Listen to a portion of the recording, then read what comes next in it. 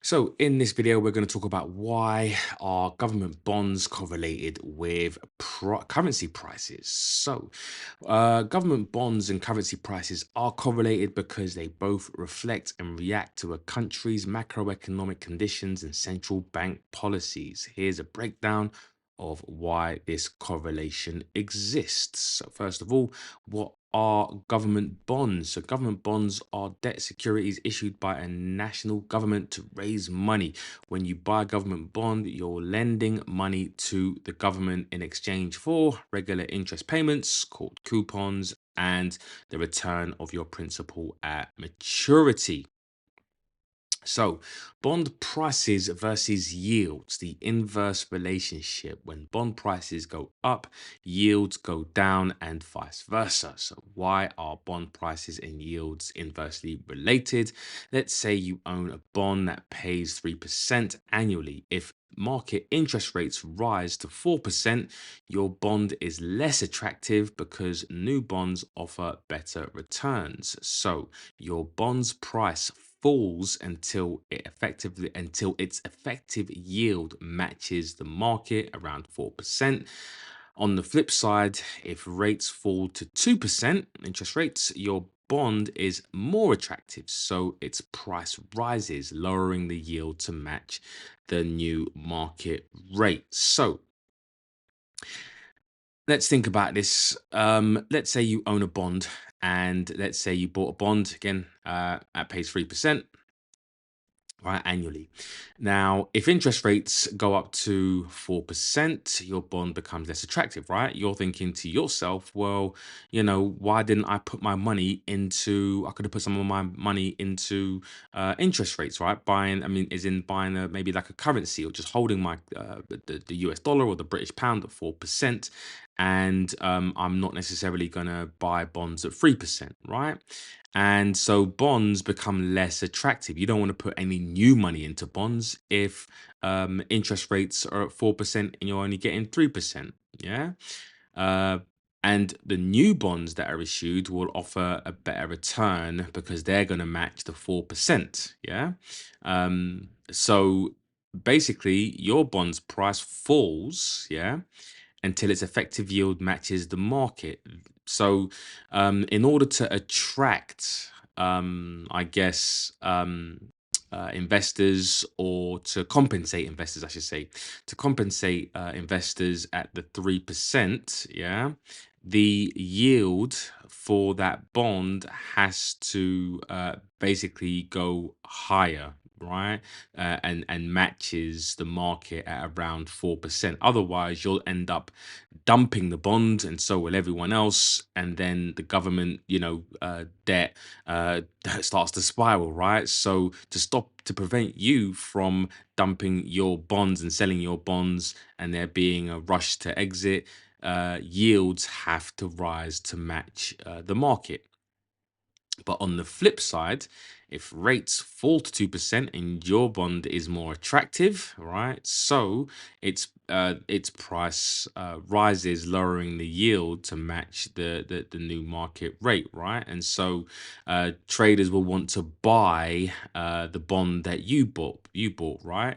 And so there creates a lot of demand, yeah, for that bond. Now, the yield will basically go in the inverse direction, simply because the government want to issue new bonds, and if everyone else is, no one's going to want to buy the new bonds at a lower rate, so they'll rather buy the old bonds. And they need to buy, they need to get everyone to buy the new bonds at the lower rate. Therefore, the bonds that you hold have to then go down in terms of the yield to kind of match that, so that traders aren't not buying the new bonds, right? That's the simplest way to kind of look at this. So, in summary, if prices go up, bond prices go up, the yield as a return of investment goes down, and vice versa. That's like the rule of thumb. So, market condition: if interest rates rise, typically, right, you will see bond prices fall as yields rise. interest rates. If interest rates fall, bond prices will rise and yields will fall and demand for bonds increase as a safe haven, right? So everyone starts to buy bonds. The price typically rises and yields will typically fall, and inflation expectations rise. Bond prices typically fall as and the yield has to rise.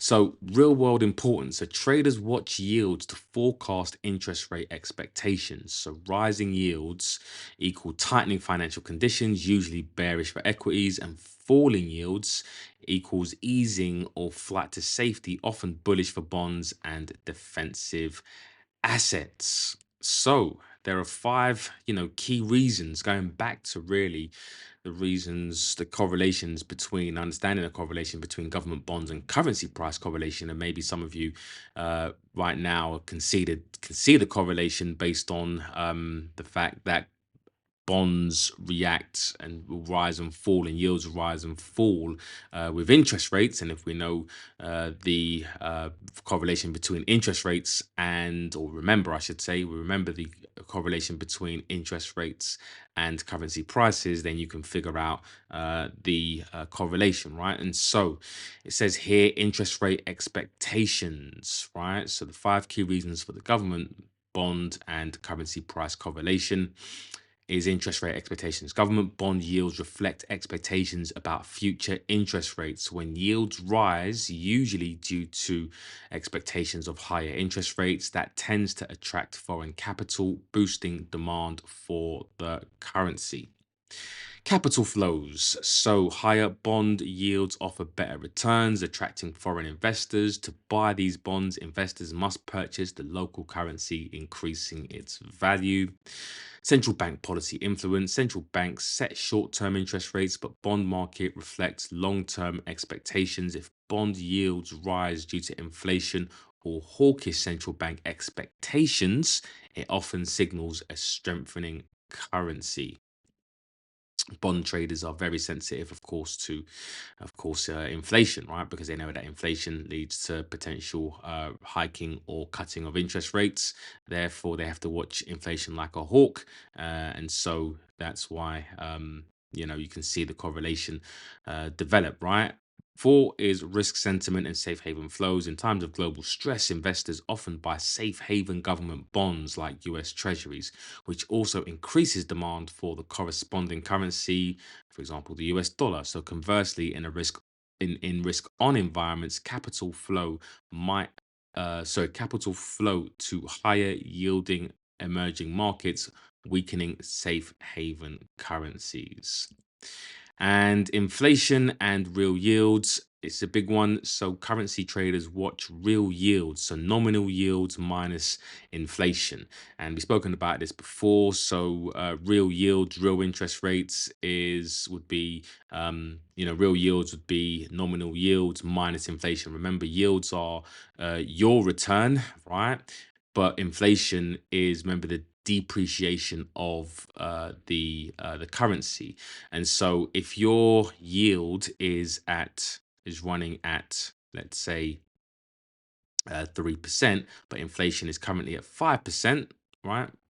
Then of course, you've got a negative real yield of 2%.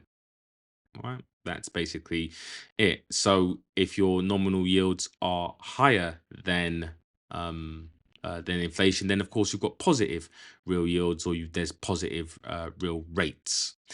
And so rising real yield attracts investors, yeah, and strengthens the currency. Falling real yields can weaken the currency. So again, it's all about real yields, meaning nominal yields minus inflation. If inflation is higher than nominal yields, then of course you're going to get negative real yields, which will end up weakening the currency, which is the reason why yields will normally rise and fall with inflation as well.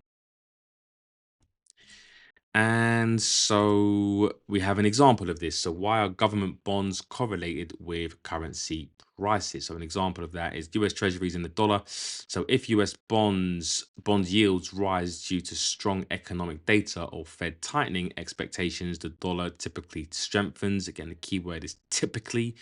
This is, as a rule of thumb, it does. It's not always the case, but if yields fall due to recession fears or dovish Fed signals, the dollar may weaken. So let's look at an example of this, and we can see here that we've got the 2-year Treasury yields, right, and we've got the dollar index.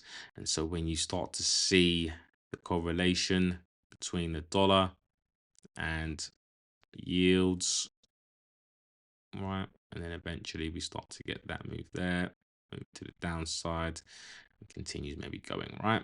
So there we go.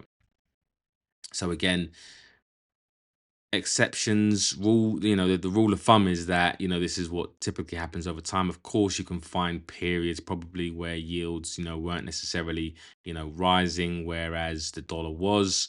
Of course, there are going to be divergences, but as a rule of thumb, you want to see you'll see that there is a decent strong enough correlation. And again, there could have been something going on. There was likely something else going on, which is causing yields to move to the downside, and the dollar to continue rising. But also, as well, as a bit of a tip, yields will typically lead prices. So when you see yields maybe tapering off, but the dollar may keep moving higher, that could be the sign of a bit of a reversal, right? So as a little tip. But again, keep an eye on the news. So why are government bonds correlated with currency prices? Especially government bond yields. So bond yields act as a barometer for both monetary policy expectations and capital attractiveness, which directly impacts currency demand and valuations. In the next video, we're going to be talking about why are government bond yields correlated to inflation.